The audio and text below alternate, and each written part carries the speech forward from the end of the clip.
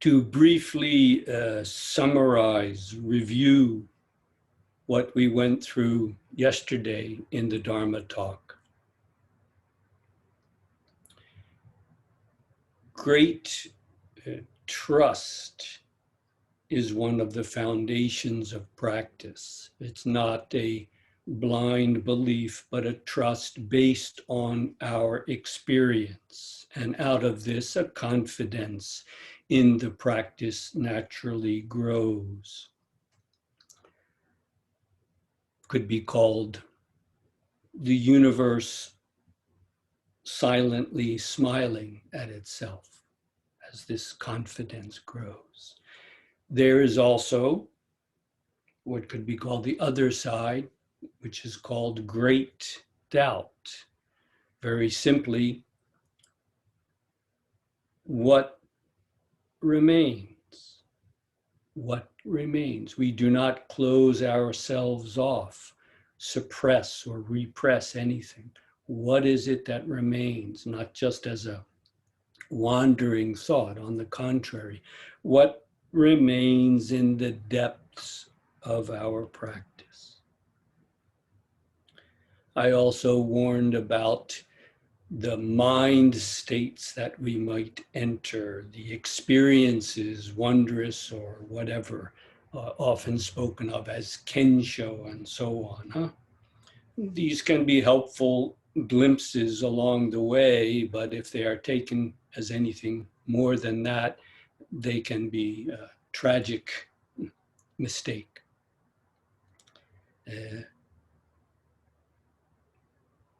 We don't want to waste our lives in delusions. In a word, what this practice, Buddhist practice, Zen Buddhist practice comes down to is the self-delusion, the delusion of a self, coming to its own end once and for all.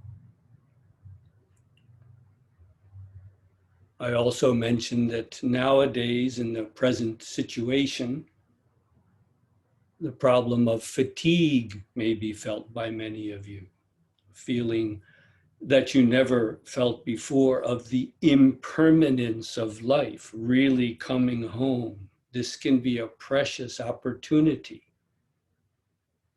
to open up to what is under our own feet, what is always there, but we tend to run away from it. In a word, Zazen is the practice of stopping, of not running off into anything. Coming home to what is truly here.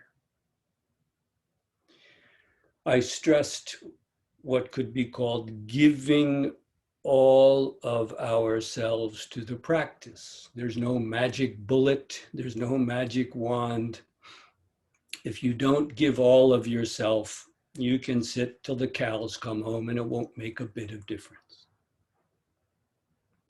How to give all of ourselves? I briefly said, frankly, I would like to know how you cannot give all of yourselves. Once you open up and see the marvel of this practice and see that it is what is needed to live truly and really, what else is there to do in this life? Don't waste this precious opportunity. I mentioned how in recent Dharma talks, they're online, recorded now, I've gone through the basics of the physical posture, the breath, and the mind or the mental attitude. Perhaps most essential is what is called samadhi, or a kind of concentrated oneness that is deepened and sustained. Very simply, it must come to be constant and complete. It is finally found to hold you. It's no longer your conscious attention on something. As a practice, yes, this is necessary, time and again to come back. But the point is to eventually realize that this concentration, the Zen concentration, is not something that we produce, create, perfect, or enlarge. It is what is always already here. The self running away from it is the break in that concentration. I also mentioned that instead of seeking to get somewhere, anywhere in our practice, is already, in a sense, magnifying the split of the self. The only way to truly practice is not to go toward, but to come from it. We cannot practice from the standpoint of the self. It doesn't work. The self, by its nature, is split. We cannot practice from there. And all the king's horses and all the king's men cannot put Humpty Dumpty back together again. In the language of my youth, I put it, that split splits. That's the essential point of practice. When that split, that separation, that's division that is the self, it is and it isn't. It's connected, but it's separate. When that is seen through for what it is, truly let go. How to say it? That split splits. The separation is found to be gone from the very beginning. It was never there. It is not real. Where is the separation right now between you and me? Thousands of miles separate. I'm in Kyoto. And yet we're not that far apart. Forget the screen. How is this possible? When this separation is gone, the delusion of the self is gone. Here is where the true dignity, the true beauty, the truth and the goodness of life really is manifest of itself. We don't produce it. We find it in each and everything. Wondrous, marvelous, beyond compare.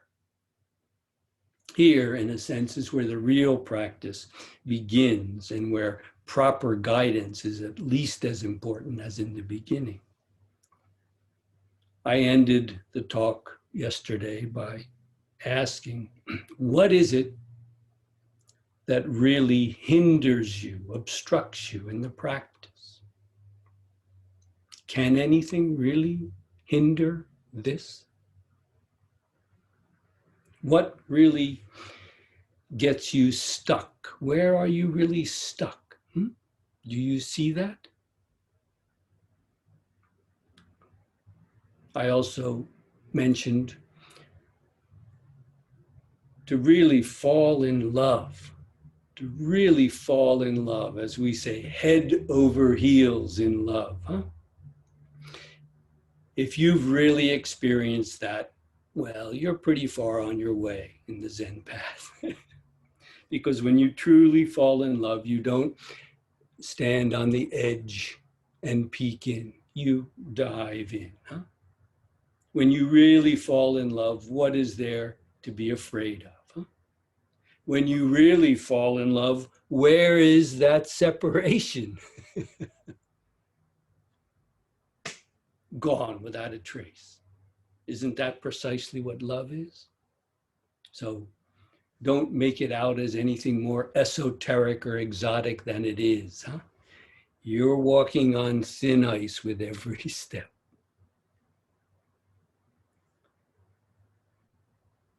Now, today in this Dharma talk, what I want to say, first of all, is you have all you need to complete this practice.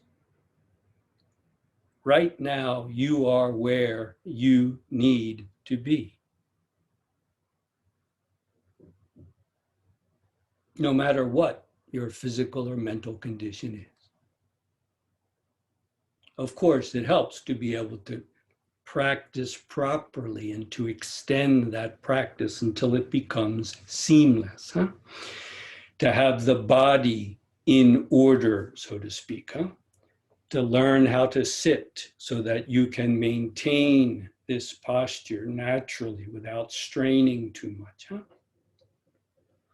The physical posture itself is a way of supporting the practice. We're not torturing ourselves. We're putting our body in a posture that is most supportive of this practice, to keep our back naturally erect, to allow the stomach to be open so that we can breathe well, the hips open, the hands placed in a way that we're not fidgeting and scratching every itch, the eyes naturally falling a few feet in front of us, because that's what would happen if we are not focusing on anything.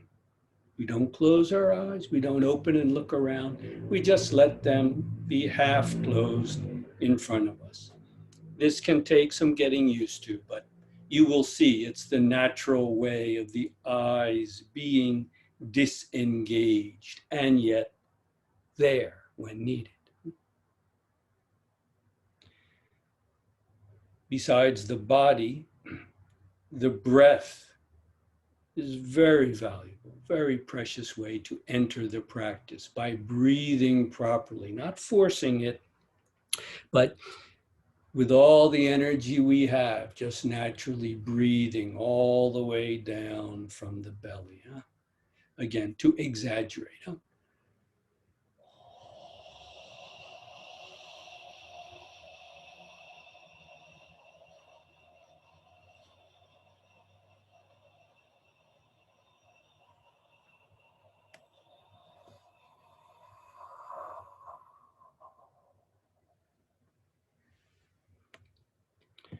Don't force it. Over time, it becomes slower, deeper, and longer. This really helps to bring all of the energy together in the physical center of our body, the hara or the tanden, rather than up in our head. I mentioned that by nature, the self-centered self is split. It's split from itself, from others, and from the world. The practice of Zazen is to sit, in a sense, right through that. Who makes that separation? Self and other, me and you, this and that, birth and death. Where does that separation come from? The point of this concentration, again, samadhi, one way of translating it would be a kind of concentrated oneness. This concentration is a way of bringing all of that energy together into one. You see why, because otherwise we are so used to it dispersing, spreading out into this thought and that thought, wondering about this, hoping about that, remembering this. It seems endless because the mind itself is diffused, it is split. So we naturally, with the body, with the breath, with the right attitude of the mind, bring that concentration to bear on the matter at hand. The breathing itself will do. The body in sitting, in Zazen itself, will do. A koan, if it's alive and breathing, will do as well, to bring it all into one.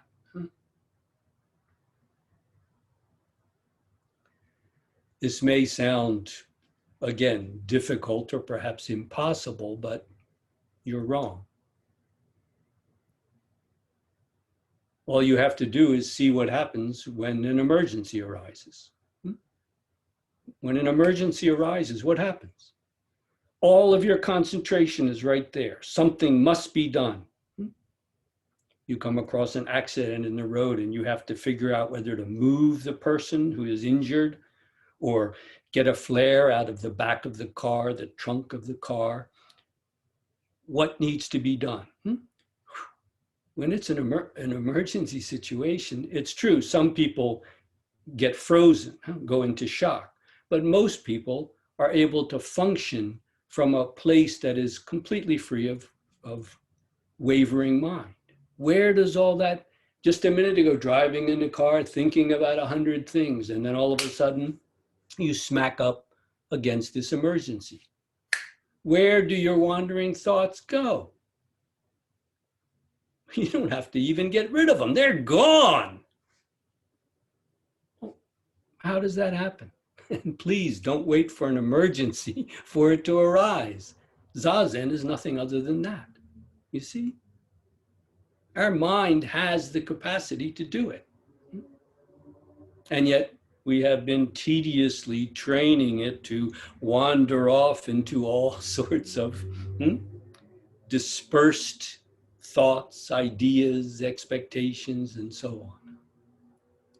An emergency shows the unreality of that whole thing in a minute, in a second. So you can stop cogitating about how difficult it is. That's just more mental masturbation. Doing what you love or being in love is the same thing. It's maybe the opposite spectrum from an emergency where the great matter of life and death is staring you in the face and you have to respond. Falling in love or just even something, doing what you love. What happens there? Is your mind full of discursive thoughts? No, there's just the beloved, or there's just the music that you are listening to or perhaps performing. Does anyone not know what I'm talking about? Well, Zazen is making that total and complete, allowing it to be what it really is. As the expression goes, you have my undivided attention. I trust you're familiar with this common English expression. In other words, I'm not going to pay attention to you, but check my cell phone at the same time and think about what's for dinner. No, you have my undivided attention. Tell me, what is that? That's what we come to when we sit and practice properly. How to say it. In the beginning, yes, we are taking this self-willed concentration, bringing it back, finding our mind wandering and bringing it back. Yes, this, in a sense, can be tedious. This practice, this discipline is necessary. Because the practice is so hard? No, because your mind is so dispersed, that's all. So by practicing properly, it shouldn't take long for you to be able to bring all of that energy together. It's quite a natural thing. If it's not happening, see what you're doing wrong and correct it. If your mind is going out into thoughts and ideas rather than into this, see what you're doing wrong and correct it. A koan naturally brings us to that, you see? The sitting itself, the posture itself, the breathing itself helps to bring us to that. This is where, again, experiences, kensho so-called, and other kinds of insights and glimpses may arise. See them for what they are and then move on. What happens when it is complete? In other words, when it's no more a matter of us consciously, as a necessary prerequisite, it's true, as a necessary discipline, bringing the mind back again and again and again. Once it becomes natural, constant, and complete, what happens when it reaches its culmination? When there's nothing more, there's nothing outside of it. It is total and complete. First of all, that concentration is now seen to be what it is. It is not something that we are bringing ourselves back to. It seemed that way in the beginning. Yes, whoops, my mind is wandering, got to get back to the koa. But when it becomes solidified, total, and complete, it becomes clear beyond a shadow of a doubt. We are not creating this, producing it, no, even perfecting it or deepening it. We are simply returning to what we could call the original nature of our mind, totally settled and concentrated.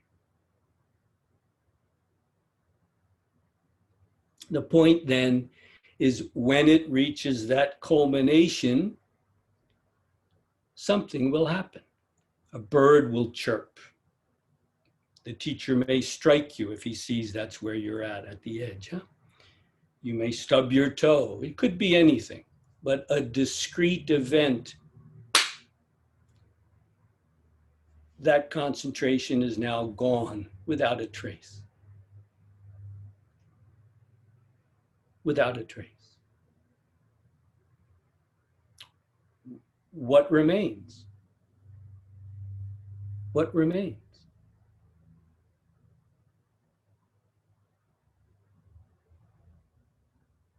What remains is the universe now is the self, and the self is the universe. There is no separation. That separation that you've been holding so dearly on to all this time is seen for what it is. A delusion, nothing, not a thing.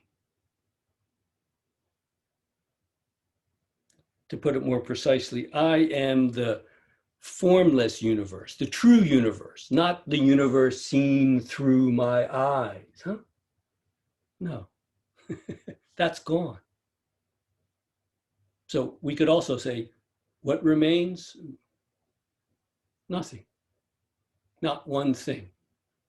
And yet that not one thing comes to life in everything that is also not a thing. I call it being without self. Being without self. There is no hindrance here. There is no opposition here. There is no opposing position. There is nothing to oppose. Being without self, in other words, free even of itself. And this is what really works in the world, so to speak. Last night, evening in Japan, I guess late morning for you, most of you anyway, I used the term at the end of my talk to use it well, to use it well. And someone objected to that. They didn't understand. It sounds like now I'm going to take it up and use it. What? It didn't make sense. It was not a good choice of words, I suppose. So reconsidering, another way I would put it is, as I just said, being without self works in the world. Use it well. Well, it works seamlessly in the world with and as others. This naturally comes out of being without self. It doesn't just fall in on itself and become nothing. It falls in on itself and becomes everything, not separate from a thing. Thus, being without self, in a sense, the rest of the lifetime of practice is seeing how to work that out, being without self, working that out in the world with others who are also without self. This practice can and should go on forever. But to come to the point of being without self decisively, not a little bit, not a little peak, to be without self. This is the beginning of a new kind of practice that goes on wonderfully, marvelously for the rest of our lives, as it should.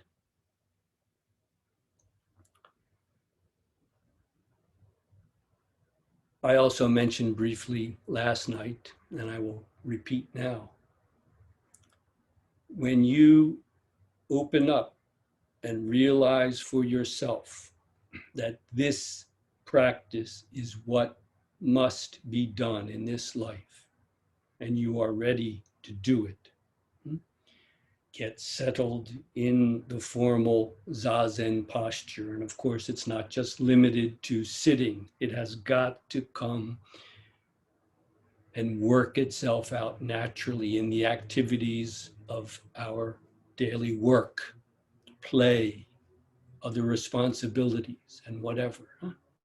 The division itself between practice on our cushion and the rest of our life, that also must dissolve in time. But when you come to that place where you are really settled and you realize, not because I read it in a book or somebody told me, I now know from the depths of my own being, this is what must be done in this life. Thank you, Jeff, for your talk. I'm wondering about taking the practice off the mat. I wondered if you could say a little bit more about that, because I can see how it works if I'm just going to go and do the ironing or wash dishes. But in the reality of life, many things are happening where our attention is got to be constantly moving from one to another. Could you give advice on that, please?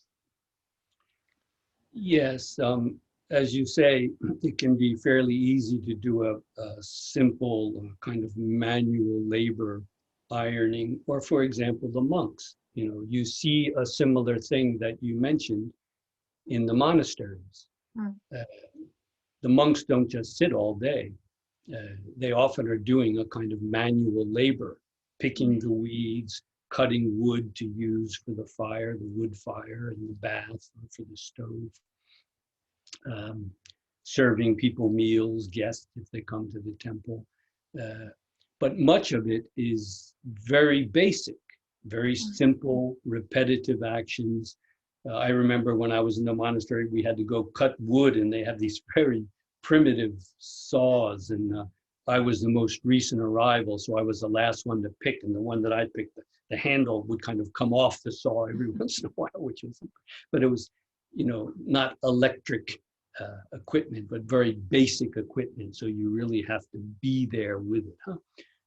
Ironing maybe can be a good example. It's a simple, in a sense, repetitive action. You can even be sitting at the time, but it's not zazen. You have to pay attention to the seams and so on, the temperature and whatever. But it certainly can be a kind of meditation. I trust you see kinhin, the walking meditation, is the way it is precisely because of that. It's taking this seated zazen, this settled samadhi, concentrated oneness, and allowing it to stand up and simply follow the footstep of the person in front of you. A very simple basic movement. You don't even have to know where you're going. Just follow the footstep of the person in front of you. One of the reasons, besides, of course, to stretch your legs, but more importantly, is to help that practice of sitting still be transformed into a simple physical movement. And you start to realize, aha, this too is Zazen. I didn't leave the Zazen. I'm now walking in Zazen. But the point of your question is, that's good and well, but going out into the real world as the lay people we are, decisions, compromises, misunderstandings, disagreements. I've worked at a Japanese university for the last 33, 34 years now, so I have some experience in those things. It's a Zen university, but it's a university. I would urge you, Chris, to see that that is the real dojo, the real place of practice. Mm-hmm. Sitting on your cushion or ironing the clothes, that's the easy part. Mm-hmm. It's very important. In a sense, it's essential. But to get up and then go out into the world, yes, completely losing your settled retreat high, as we call it, or whatever, huh? Going into the frazzle, huh? Yes, exactly. That is where the practice must shine. And you are right to ask the question, because it's not easy. It takes time. It won't be perfect for sure, but it's a very valuable, in some sense, at least as important as this practice on the cushion, to get up and to see, what am I doing? Why am I turning that person into the enemy? This is practice, yes. If we all share the same root, and I've really experienced that, how did he become the enemy? This is practice. This is the real place of practice. So please don't worry about it. In time, you will start to see that that separation does not exist. No matter how busy, and how much turmoil you're in, it just deepens in response to it. It just deepens in response to it.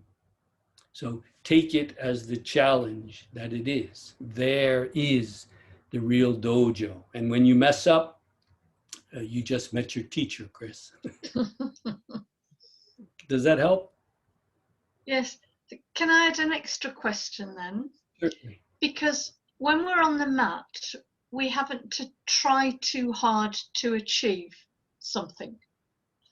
But when we're in the world, is there an element of trying to do, I don't know, the right thing, or trying to see that person as, the same route, as you call it? Or does it just flow from what you've done on the mat? If that makes sense. Yeah. Well, I wouldn't say, we're not trying so hard. It's true. You don't have to try at all in the end. Zazen is not about trying, but it's not about just sitting there, twiddling your thumbs either. We're giving all of ourselves, without doubt. We have to give all of ourselves, which is more than trying. Huh? Yeah. It's more than trying with all your might. We're giving all of ourselves. Huh? But then to get up and to go into the world, into that confusion, to go all the way into that. And how to say it? It used to scare the snot out of me, because I spent a lot of time on the cushion in the monastery and outside. And, I was pretty happy where I was, but then have to go out there and I realized what I was doing. I was turning the practice into a great escape. This is not practice at all. It's an escape. So I can honestly say now, when I encounter a difficulty or a challenge, I'm not looking for trouble, but I realize I've just met another teacher. I've just been able to see a blind spot a weakness, and there are plenty of them. Huh? Mm. So it sounds strange, but you can actually come to look forward to that. Mm. To look forward to that. This is a chance for me to learn. Where is my blind spot? Why am I still making the same mistake? Mm.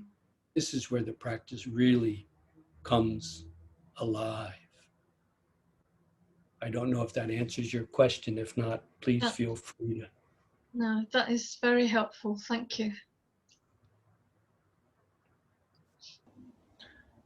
Thank you for your talk, Jeff, and your answers.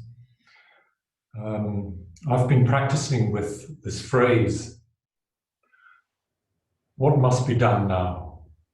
And you have mentioned it several times in your talks yesterday and today. And the way I've come to see it at the moment is at the beginning of practice, I ask myself, what must be done? What do I need to do in order to get it right or not to suffer? And then over time, I realized that it's a bit of a word play, if you like, that what must be undone is the question. What must be undone? And that is the self and what you've been talking about, the split, etc. And then, when everything is undone, the question arises again, what must be done now? Yes. That makes sense.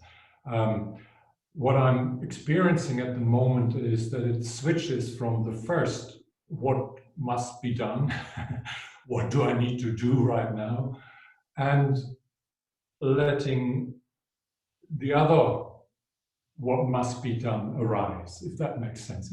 It's for letting the source come to speak and ask what must be done. There are these moments where that is clear. And then all of a sudden it seems like that split self asks, am I doing this right? And what must be done now? So it feels like still a split, still a switching from one to the other, and drives me potty.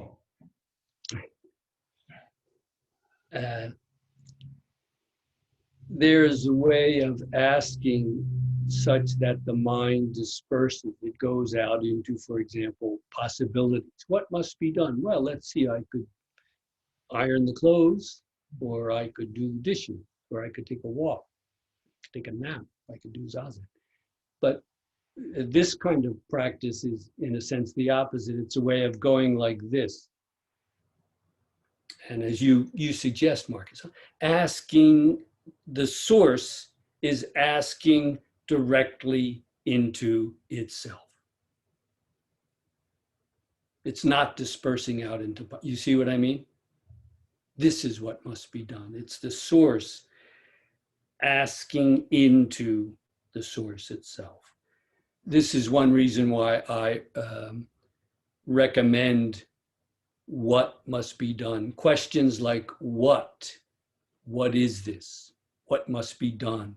What remains? What is lacking? Or for many people, who? Who is this? Who is behind it all? Who am I really? These kinds of questions, but again, not, oh, who am I? Well, let's see, my parents gave birth to me, and of course their parents, that's endless. It's got, again, to be asking into the source itself. What and who is really helpful here. You follow, Marcus? Yes, yes. And I tend not to use questions like, why? Why does this happen? Why is the mind split? Or how? How do I do this? I trust you can see why, huh? Because those kinds of questions tend to lead us back into our head, conceptualizing considering possibilities, and so on. You see, it's in a sense going in the opposite direction. So what must be done right here and right now? What must be undone? It's not really two different questions. When it has been undone, as you suggest, in a new way now comes that question again. Now, what must be done? I've sat through, not a doubt. Now it's time to get up and iron the clothes. There finally is no division anymore. The sitting gets up and does what must be done. When nothing must be done, relax, enjoy yourself, take a walk.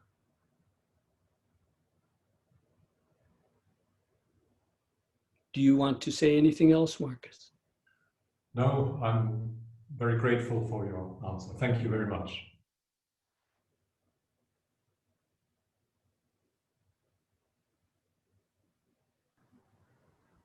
Jeff, and this is the question that has been with me for years and years, I suppose. It's about expectations. So the first part of your talk, which was about sort of sitting regularly, and I love the bit about it's like being in love. I get that. I love sitting, and I really do.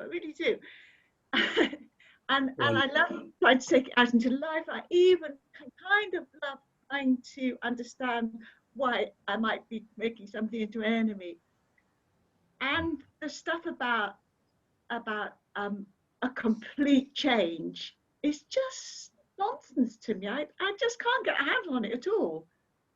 I just stay the same old person. Well, maybe I mature a bit, maybe I don't, but I just can't get it. What do I do? What do I do with it, Jeff? Do I just live with that tension?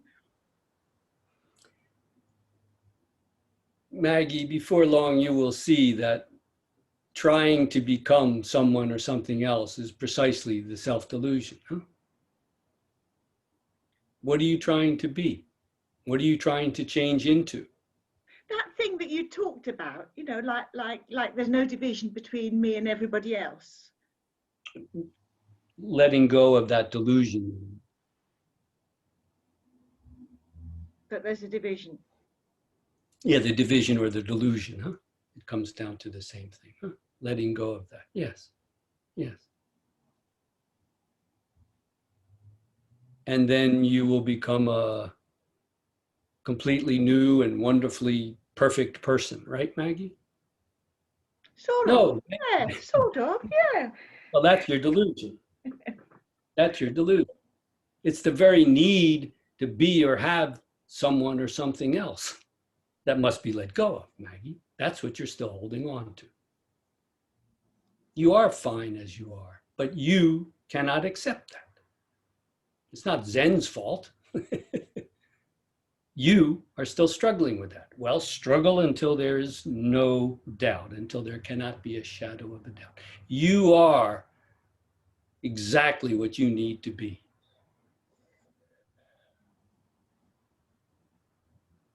Are you ready to say that from the bottom of your heart, Maggie? You say thank you to you for saying it. Well, you practice until you can say it yourself. Well, I'll have a go. Thank you. Thank you. And if something seems like nonsense, you keep an eye on it, all right? Bless you. Thank you. Bless you. I look forward to practicing together before long, Maggie.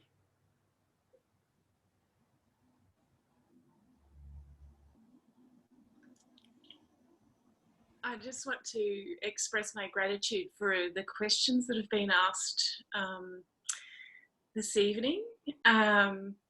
Jeff, a number of the questions have touched on the dilemmas that we grapple with in our lives.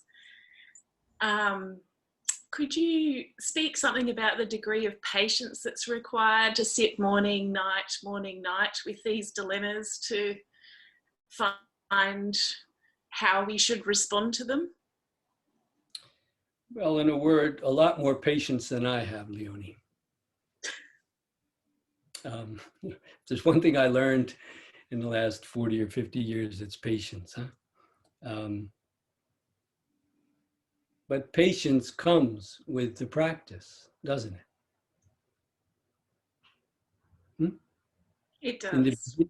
the beginning, we may be desperate. I was desperate. I wasn't coming to take 20, I was coming to do what needed to be done. I was desperate. It couldn't be helped. And that had its strengths. It also had its weaknesses.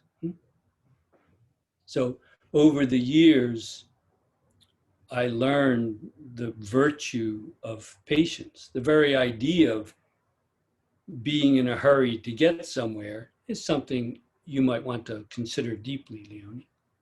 Where are you trying to get to? Where are you impatient to get to? You follow? When I first started doing the formal koan practice, I ended up in a tradition that has, about 2,800 koans. It's about as many as you can imagine. They don't throw anything out. The kind of guy I am, I thought, geez, I should have gone into a tradition where they didn't have so many koans. It was, the real basic stuff, and I could really grapple, as you say, with that stuff, But it's all this really extremely detailed koans, and then comments on that, and then capping phrases for that. It seemed endless. But over the years, I realized this is the kind of practice I need, because I was so impatient, in such a hurry to get to the end. And then by going through this, what seemed like an endless process, over the years, it became clear. Oh. So, no, Leonie, I'm not saying that you need 2,800 koans. One will do, but patience is a virtue, and I wouldn't worry about it too much. From what I know of you, you couldn't have done 1/10 of the things that you've done in your life without patience, and you know that as well as I. Thank you, Jeff. I suppose it's more that when we grapple with some of the dilemmas and troubles that we do on a day-to-day basis, that it doesn't seem like the appropriate response to them becomes clear very quickly. Yes. Not quick enough. Be patient, as you suggest. Be patient, be sincere, and be humble. And you are already those three. Continue on, just as you are.